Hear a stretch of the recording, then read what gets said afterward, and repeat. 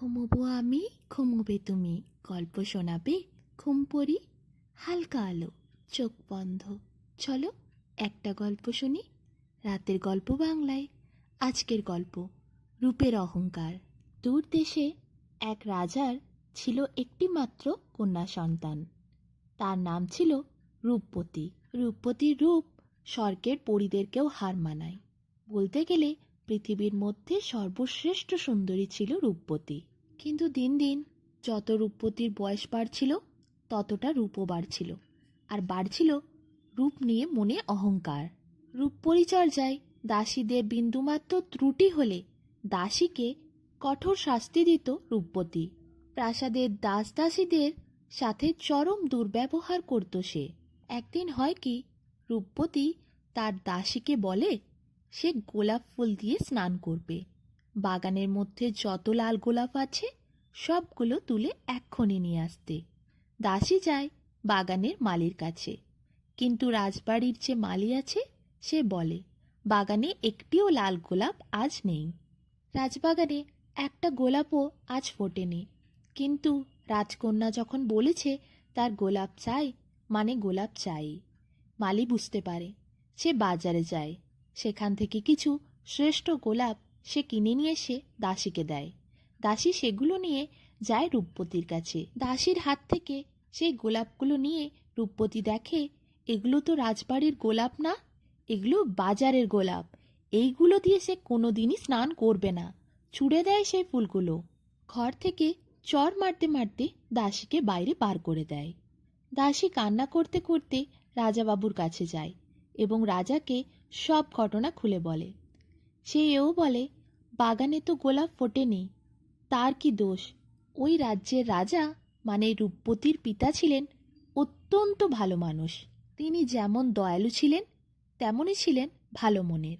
প্রজাদেরকে তিনি নিজের সন্তানের মতো ভালোবাসতেন, আর দাস দাসীদের নিজের পরিবারের লোকের মতো খেয়াল রাখতেন। তার একমাত্র কন্যার এইরূপ ব্যবহারে তিনি সত্যিই খুব চিন্তিত ছিলেন। তিনি ভাবছিলেন এই রাজ্যের উত্তরাধিকারী শুধু তো রূপবতী, তার একমাত্র কন্যা। কিন্তু সে যদি প্রজাদের ওপর, দাস দাসীদের ওপর এত নিষ্ঠুর ব্যবহার করতে থাকে, কথায় কথায় তাদের শাস্তি দিতে থাকে, তাহলে এই রাজ্যের কেউই তো তাকে পছন্দ করবে না। রাজ্যভার নেওয়ার পর তাকে তো দাস দাসীদের, প্রজাদের সকলকে ভালোবাসতে জানতে হবে, স্নেহ করতে জানতে হবে, তাদের কষ্ট বুঝতে হবে, তাদের যত্ন নিতে হবে। তাই তিনি খুবই মনে দুঃখিত ছিলেন আর চিন্তিত ছিলেন। রাজাকে চিন্তায় দেখে রানী এসে প্রশ্ন করে তাকে, আচ্ছা কি হয়েছে? রাজা বলে, জানো আমাদের একমাত্র কন্যা, সে সকলের সাথে খুবই দুর্ব্যবহার করে। রানী বলে, আমার কাছেও খবরটা এসেছে, আমিও শুনেছি। রাজমহলের সবাই তার ব্যবহারে খুবই অতিষ্ঠ হয়ে উঠেছে। এরপর রানীমা রাজামশাইকে বলেন, আচ্ছা তুমি একবার আশ্রমে যাও, ওখানে আমাদের গুরুদেব আছে, গুরুদেবের সাথে একবার গিয়ে বিষয়টা আলোচনা করে দেখো, উনি যদি কোনো সমাধান করতে পারেন।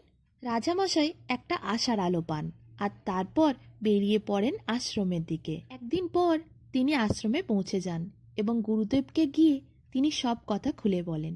গুরুদেব বলেন, চিন্তা করার কোনো বিষয় নেই, রূপবতীকে উচিত শিক্ষা তিনি দেবেন এবং রূপবতী বুঝতে পারবে রূপের সৌন্দর্যতা চিরকাল থাকে না, কিন্তু অন্তর যা সুন্দর সে চিরকালই সুন্দর। এই বলে গুরুদেব তখন রাজার হাতে একটা গোলাপ দেন। গোলাপটার অর্ধেকটা ছিল লাল আর অর্ধেকটা ছিল নীল। সেই গোলাপটা রাজামশাইকে দিয়ে গুরুদেব বলেন, এই গোলাপটা মধ্যরাতে রূপবতী যখন ঘুমিয়ে পড়বে তখন গিয়ে তার বিছানার নিচে রেখে দেবে। রাজামশাই গোলাপটা হাতে নিয়ে গুরুদেবকে প্রশ্ন করেন, আচ্ছা রূপবতীর কোনো ক্ষতি হবে না তো গুরুদেব? গুরুদেব বলেন, না না, সে কি হতে পারে? ও তো আমাদের রাজকন্যা, আমি ওকে কম ভালোবাসি নাকি? কত স্নেহ করি বলো তো, ওর কোনো ক্ষতি আমি হতে দেব না, কিন্তু উচিত শিক্ষা ওকে আমি দেব। তুমি আমার উপর ভরসা করো আর গিয়ে গোলাপটা বিছানার তলায় রেখে দিও। গুরুদেবের কথা মতোই রাজা সেখান থেকে গোলাপ নিয়ে বিদায় নেন। এরপর রাজা বাড়ি ফিরে এসে রানীকে সব বলে দেন। তারপর রানী আর রাজা দুজন মিলে যায় রূপবতীর ঘরে। রূপবতীর ঘরে বিছানার তলায় গিয়ে গোলাপটা রেখে দেয় রাজা আর রানী। রূপবতী কিছুই বুঝতে পারে না। পরের দিন সকালে রূপবতী ঘুম থেকে ওঠার পর যেই ঘরের বাইরে সামনের বারান্দায় বেরিয়ে আসে, সেই সমস্ত প্রহরী আর দাসীরা তাকে দেখার পর চিৎকার করে ছোটাছুটি করতে থাকে। রূপবতী ভাবে, কি হলো? কিছু দাসী আছে যারা চিৎকার করে ওঠে, কি কুৎসিত, কি কুৎসিত! এই কথাটা শোনার পর রূপবতী তো অবাক হয়ে যায়, ছুটে যায় তার ঘরে, আয়নাতে তার মুখ দেখে। এ কি কাণ্ড! রূপবতী তো নিজেকে চিনতেই পারছে না। তার মুখ যেন 100 বছরের একটা বুড়ির মতো। চামড়া কুঁচকে গেছে, দাঁত নেই, সামনে একটা দুটো মাত্র দাঁত, বাকি দাঁতগুলো কোথায় গেল? নাক চুলে গেছে, গাল চুলে গেছে, তাকে একটা 100 বছরের বৃদ্ধা মহিলার মতো দেখতে লাগছে। রূপবতী ছুটে গিয়ে দরজাটা লাগিয়ে দেয়, বিছানার ওপর বসে হাউ হাউ করে কাঁদতে থাকে। সে ভাবে, যে রূপ নিয়ে সে এত অহংকার করেছিল, সেই রূপ এরম কি করে হয়ে গেল। তারপর তার মনে হয় সবাই তাকে কুৎসিত বলবে। এরপর সে কাউকে মুখ দেখাবে না। একটা ওড়না সে মাথায় ঢাকা নিয়ে নেয়, যাতে মুখটা দেখতে পাওয়া যায় না। তারপর দরজা খুলে সে বেরিয়ে পড়ে। রাজপ্রাসাদ থেকে জঙ্গলের দিকে হাঁটতে শুরু করে। জঙ্গলে যাওয়ার পথে সে মনে মনে ভাবে, সে এই রূপ, এই চেহারা, এই মুখ আর কোনোদিন কাউকে দেখাবে না। সে সকলকে ছেড়ে চলে যাবে। কেউ যদি মুখ দেখতে না পায়, কেউ আর তাকে কুৎসিত বলবে না। সে কোনোদিন আর মুখ খুলবে না। সে হাঁটতে থাকে জঙ্গলের পথ ধরে। যত রূপবতী জঙ্গলের মধ্যে প্রবেশ করছে, তত দেখছে কত রকমের গাছ, কত রকমের ফুল। ফুলের কাছে গিয়ে রূপবতী একটা ফুলকে হাতে নিয়ে দেখে তার পাপড়িগুলো কি সুন্দর। এরকমই সুন্দর কোমল ছিল তার গালগুলো, কিন্তু আজ কেমন ঝুলে পড়েছে। তারপর একটা গোলাপি ফুলকে দেখে আর ভাবে, এই রকমই সুন্দর ছিল আমার ঠোঁটগুলো, কিন্তু আজ আর তার রূপ নেই। তারপর তার মনে হয় সেই রূপ নিয়ে কত অহংকার করেছে, কিন্তু এই ফুলগুলো, এদের রূপ তো অতুলনীয়। কিন্তু এরা তো কোনো দিন অহংকার করে না। সত্যি রূপবতী আজ শিক্ষা পেয়েছে। তার রূপের অহংকারের জন্যই তার আজ এই দুর্দশা সে বুঝেছে। তাই সে মনে দুঃখ করতে করতেই হাঁটতে থাকে। খুব তৃষ্ণা লাগে তার, কিন্তু সে আশেপাশে কোথাও কোনো পুকুর, জলাশয় কিছুই দেখতে পায় না। অনেক দূর হাঁটার পর একটা ছোট্ট কুঠির দেখতে পায়। সেখানে একজন বুড়িমা রান্না করছে। রূপবতী তাকে গিয়ে বলে, ঠাকুমা, আমার খুব তৃষ্ণা লেগেছে, একটু জল হবে? সাথে সাথে বুড়িমার তার দিকে তাকিয়ে ঘুরে দেখে কি মিষ্টি একটা মেয়ে, কিন্তু তার মুখটা ঢাকা, কিন্তু তার গলার স্বর সে তো মিষ্টতায় পরিপূর্ণ। সে বলে, আচ্ছা, তুমি কে গো? কোথা থেকে এসেছো? রূপবতী কান্না করতে করতে বলে, আমার কেউ নেই, কেউ নেই, আমি আর কোথাও যাব না, আমি অনেক দূরে চলে যাব। তখন বুড়িমা প্রশ্ন করে, তোমার কেউ নেই? তাহলে তুমি আমার কাছেই থাকতে পারো। তুমি আমায় ঠাকুমা বলে ডাকলে না, তুমি আমার নাতনি হবে না বুঝি? রূপবতী কান্না করতে করতে জড়িয়ে ধরে সেই বুড়িমাকে। বুড়িমার সাথে সাথে রূপবতীকে বলে, এই নে মা জল, আর আজ থেকে তুই আমার কাছেই থাকবি আর খাবি, আমি তোর ঠাকুমা না? রূপবতী খুব খুশি হয় আর ঠাকুমার সাথেই থাকতে শুরু করে। এইভাবে দিন যায়। কয়েক মাস পর সেই জঙ্গলের মধ্যেই এক রাজপুত্র ঘুরতে আসে। সে ঘুরতে ঘুরতে এক সময় একটা জঙ্গলের গাছে বসে থাকা সোনালি রঙের পাখিকে দেখতে পায়। সে বান চালায় আর পাখির ডানায় গিয়ে বানটা আঘাত করে। পাখিটা সাথে সাথে মাটিতে লুটিয়ে পড়ে। রূপবতী তার কাছেই ছিল। পাখিটার কাছে গিয়ে বানটাকে সে বুকের ভেতর থেকে বার করে আর পাখিটাকে হাতে তুলে নেয়। রূপবতী এদিক ওদিক তাকায়, কিন্তু কাউকে দেখতে পায় না। এদিকে সেই রাজপুত্র বুঝতে পারে তার শিকার করা সফল হয়েছে। সে এরপর পাখিটাকে নেবে। ঠিক জায়গায় সে তীর মেরেছে, কিন্তু সে এসে দেখে একটা সুন্দরী মেয়ে, তার হাতে পাখিটা। পাখিটার বানটা সে বার করে পাখিটার গায়ে হাত বুলিয়ে দিচ্ছে। এই দৃশ্য দেখার পর রাজকুমার আর বিরক্ত করে না রূপবতীকে, পাখিটাও নিতে চায় না। জঙ্গলের মধ্যে থাকা কিছু ঝোড়ঝাড়ের থেকে সে দেখতে থাকে কি করছে ওই মেয়েটা। তারপর দেখে সামনে পুকুরের থেকে জল এনে পাখির গায়ের ক্ষত জায়গাতে জল দিয়ে প্রথমে পরিষ্কার করে রূপবতী। তারপর কিছু গাছগাছড়া এনে সেই জায়গাটাই লাগিয়ে দেয়। পাখিটা অনেক সুস্থ হয়ে ওঠে। তারপর ধীরে ধীরে পাখিটা উড়ে যায়। রূপবতীর এত মায়া দয়া করুণা দেখে রাজকুমার মুগ্ধ হয়। রাজকুমার বুঝতে পারে সে পাখিটাকে আঘাত করে কত বড় ভুল করেছে। কিন্তু রাজকুমার যেই এগিয়ে আসছিল তার পায়ের শব্দ রূপবতী আগেই বুঝতে পেরে গেছিল। তাই রূপবতী সেখান থেকে ছুটে চলে যায়, কারণ সে কাউকেই তো মুখ দেখাতে চায় না। অন্য মানুষের পায়ের শব্দ আশায় রূপবতী ভয় খেয়ে সেখান থেকে চলে যায়। রূপবতীকে আর খুঁজে পায় না রাজকুমার। রাজকুমার তার বাড়ি ফিরে যায়। মহলে ফিরে যাওয়ার পর রাজকুমার যখন রাত্রেবেলায় ঘুমোতে যায়, তার ঘুমই আসছে না। তার শুধু চোখের সামনে ভাসছে রূপবতীর সেই দৃশ্য। রূপবতীর পাখির গায়ে হাত বুলিয়ে দেওয়া, পাখিকে সেবা যত্ন করা। এদিকে রাজকুমারের নিজেরও মনে হচ্ছে সত্যি সে কত বড় ভুলটাই না করছিল নিষ্পাপ পাখিটাকে আঘাত করে। তারপর রাজকুমার নিজের মনে মনেই ভাবছে, কি সুন্দর মেয়েটা না, কি সুন্দর তার গলার স্বর, মিষ্টি কথা, কি সুন্দর পাখিটাকে স্নেহ মায়া মমতা দিয়ে সেবা করছিল। রাতভর ঘুমোতেই পারে না রাজকুমার। সকালবেলা তাড়াতাড়ি ছুটে আসে সেই জায়গাটায় যেখানে তার সাথে রূপবতীর দেখা হয়েছিল।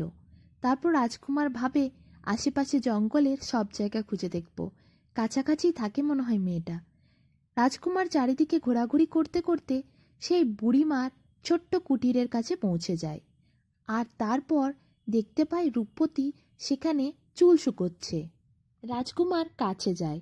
রূপবতী পায়ের শব্দে ছুট্টে বাড়ির ভেতরে ঢুকে যাচ্ছিল, কিন্তু রাজকুমার বলে, দাঁড়াও দাঁড়াও। রূপবতী সেখানে দাঁড়িয়ে পড়ে। রাজকুমার বলে, তুমি কে, এখানেই থাকো নাকি? রূপবতী বলে, আমি কারোর সাথে কথা বলতে চাই না। কে আপনি, কেন এসেছেন এখানে?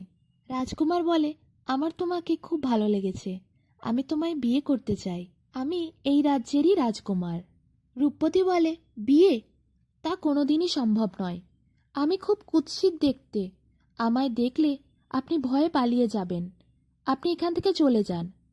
এই কথা শোনার পর রাজকুমার বলে, কুৎসিত দেখতে তাতে আমার কিছু এসে যায় না। আমি তোমার অন্তর দেখেছি, তোমার অন্তরের সৌন্দর্যতা যে পরিমাণ আছে তাতে রূপ না থাকলেও হবে। রূপবতী অবাক হয়ে যায়। রাজকুমার বলে, তোমার মনে যে ভালোবাসা আছে, অপরের প্রতি মায়া করুণা দয়া আছে, আমার সেটা দেখেই ভালো লেগেছে। তোমার অন্তরের সৌন্দর্যতা দেখে আমি মুগ্ধ। তোমার রূপ আমার চাই না। তোমার ওই ওড়না তুমি খুলে ফেলো, আমি তোমার মুখ দেখতে চাই। আমি তোমাকে সেইভাবেই নিতে চাই যেরকমটা ভগবান তোমায় বানিয়েছে। রূপবতীর ওড়না হাতে করে খুলে ফেলে রাজকুমার। তারপরে দেখে কি সুন্দরী রূপবতী, পরীদের রূপকেও সত্যি সে হার মানায়। যেন পৃথিবীর শ্রেষ্ঠ সুন্দরী তার সামনে এসে দাঁড়িয়েছে। রাজকুমার তাকে বলে, তুমি এত সুন্দরী, এত রূপসী, আর তুমি বলছো তুমি কুৎসিত? রূপবতী রাজকুমারের এই কথা শোনা মাত্র অবাক হয়ে যায়, আর তার মনে হয় সে কি পুরনো রূপ ফিরে পেল। ছুটতে যায় কুটিরের মধ্যে। একটা ছোট্ট আয়না ছিল সেখানে। সেটা হাতে নিয়ে দেখে, এ কি, তার কুৎসিত রূপ আর নেই। সে আবার আগের মতো রূপবতী হয়েছে, সে আগের মতো সুন্দরী হয়েছে, সে নিজের রূপে ফিরে এসেছে। এদিকে রূপবতীর ঠাকুমা মানে সেই বুড়িমা, সেও রূপবতীকে দেখে অবাক হয়ে যায়। রূপবতী এরপর রাজকুমারকে আর তার ঠাকুমাকে জানায় যে সে পাশের রাজ্যের রাজকন্যা। এই কয়েকদিনে বুড়িমা তাকে যেভাবে ভালোবেসেছে, সে তার নিজের ঠাকুমাকে যেন ফিরে পেয়েছে। তার নিজের ঠাকুমা তো আর পৃথিবীতে নেই, তাই এই ঠাকুমাই যেন তার নিজের ঠাকুমা হয়ে উঠেছিল। সে তাই আর বুড়িমাকে হারাতে চায় না। সে বুড়িমাকে আর রাজকুমারকে নিয়ে নিজের রাজ্যে ফিরে যায়। রূপবতী ফিরে এসেছে দেখে রাজা ও রানী দুজনে রূপবতীর দিকে ছুটে যায়। রূপবতীকে বুকে টেনে নেয় তারা। রূপবতী বলে, বাবা, আমি নিজের ভুল বুঝতে পেরেছি। অন্তরের সৌন্দর্যতাই আসল। বাইরের এই রূপ সে তো চিরকাল থাকবে না, কিন্তু অন্তর সে তো চিরকালই সুন্দর থাকবে। আর যার মধ্যে দয়া মায়া করুণা আছে, যার অন্তর সুন্দর, সেই আসলে সুন্দর। রাজা রানী রূপবতীর এই পরিবর্তন দেখে খুব খুশি হয়। রাজা রানী বুঝতে পারে যে রূপবতীর মধ্যে আর রূপের অহংকার নেই, রূপবতী প্রকৃত মানুষ হয়ে উঠেছে। এরপর রূপবতী নিজে থেকেই সেই দাস দাসীদের কাছে যায়, যাদের সাথে সে চরম দুর্ব্যবহার করত। তাদের কাছে গিয়ে সে বলে, আমার বড্ড ভুল হয়ে গেছে। দিনের পর দিন তোমাদের সকলের সাথে আমি চরম খারাপ ব্যবহার করেছি, আর তোমরা আমার কত সেবা যত্ন করেছ। রূপবতীর এই কথা শোনা মাত্রই দাস দাসীদের মন খুশিতে ভরে ওঠে, তাদের চোখে আনন্দ অশ্রু চলে আসে। এরপর রূপবতী তার বাবার সাথে রাজপুত্রের ও বুড়িমার পরিচয় করিয়ে দেয়। রূপবতী বলে, বাবা, আমি তো ছোটবেলাতেই ঠাকুমাকে হারিয়েছি, আর এই ঠাকুমাকে পেয়েছি। আমি এই ঠাকুমাকে হারাতে চাই না। ঠাকুমা আমাদের সাথেই এই প্রাসাদে থাকবে।